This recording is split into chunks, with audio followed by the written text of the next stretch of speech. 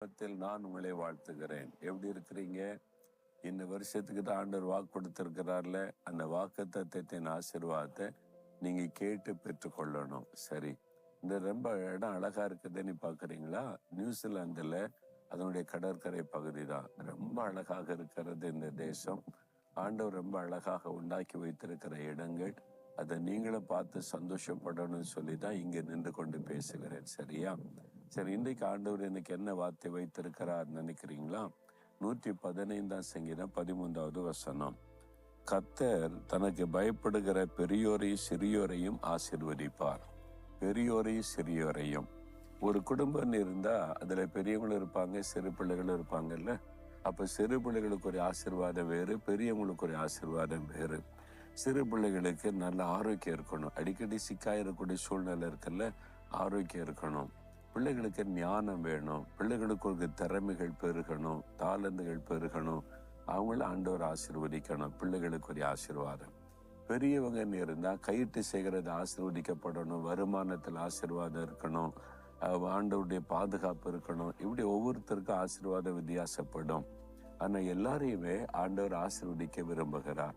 சிறு பிள்ளைகளை இயேசுகிட்ட பெற்றோர் தாய்மார் கொண்டு வந்தாங்களா, சீஷர்கள்லாம் தடுத்தாங்க. சின்ன பிள்ளைகள் டிஸ்டர்ப் பண்ண வேண்டான்னு. இயேசு துக்கப்பட்டு சிறு பிள்ளைகளை கொண்டு வாங்க, தடை பண்ணாதுங்கன்னு சொல்லி குழந்தைகள் மீது கரம் வைத்து ஆசீர்வதித்தான்னு வேதத்தில் எழுதியிருக்கல. அப்ப சிறு பிள்ளைகள் மீது கரம் வைத்து ஆசீர்வதிக்கிற ஆண்டவர்.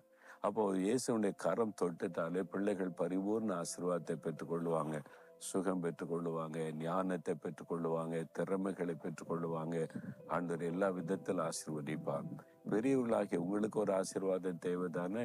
நான் கைட்டு செய்யறதெல்லாம் ஆசீர்வதிக்கப்படணும்னு நினைக்கிறீங்கல்ல, ஆண்டவர் ஆசீர்வதிப்பார். அதான் ஒரு குடும்பத்தில் இருக்கிற எல்லாரையுமே ஆசீர்வதிக்க ஆண்டவர் விரும்புகிறார். ஆனா கர்த்தருக்கு பயப்படணும். கர்த்தருக்கு பயப்படுகிற பெரியோரையும் சிறியோரையும் ஆசீர்வதிப்பான்னு சொல்லியிருக்காருல. கர்த்தருக்கு பயம் இருக்குதா? ஆண்டவருக்கு குறித்த பயம் இருந்தா நம்ம பாவத்துக்கு விலகி வாழுவோம். அதுதான் உண்மையா கர்த்தருக்கு பயப்படுகிற பயம். அப்ப ஆண்டவருக்கு பிரியமில்லாதெல்லாம் செய்து கொண்டு கர்த்தருக்கு நான் பயப்படுறேன்னு சொன்னா அது பொய்யான காரியம். தேவனுக்கு நம்ம பயப்படுகிறோம்னு சொன்னா தேவனை துக்கப்படுத்துகிற காரியத்தை விட்டு விலகி நம்ம வாழ்வதற்கு நம்ம அர்ப்பணித்துக் கொள்ளணும். சிறு பிள்ளைகள் கூட நீங்க ஆசீர்வதிக்கப்படணும்ல. அப்போ நீங்க அப்பா அம்மாவுக்கு கீழ்ப்படியணும், பாடத்தை ஒழுங்கா படிக்கணும், பெரியவங்களை மதிக்கணும், ஆண்டவர் நம்மளை கவனித்து கொண்டே இருக்கிறான்னு சொல்லி நீங்க ஜாக்கிரதையா இருக்க. எப்பவுமே செல்போன்ல விளையாடிக்கிட்டே இருக்கக்கூடாது, நேரத்தை வீணாக்க கூடாது. ஆண்டவர் இயேசு என்னை கவனிக்கிறாங்க, நான் அவருக்கு சாட்சியா இருக்கணும்னு ஒப்பு கொடுத்தாதான் உங்களுக்கு ஆசீர்வாதம்.